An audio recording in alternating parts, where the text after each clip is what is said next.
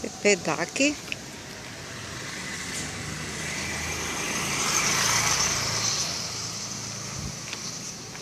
Aqui no Valentina.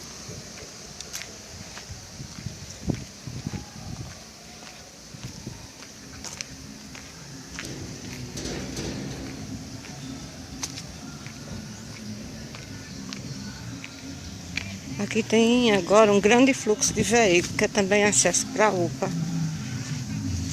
Um dos acessos também e para a rua principal. Olha só o risco desse buraco, sem uma barreira de proteção.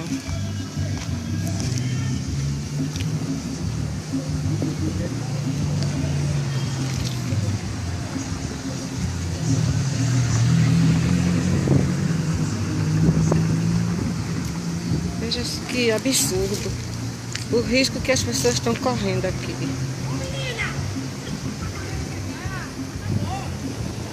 Ó, aqui é uma estrada.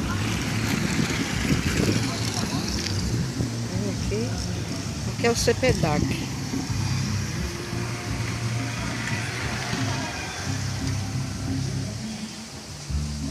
Olha o risco que estamos correndo aqui.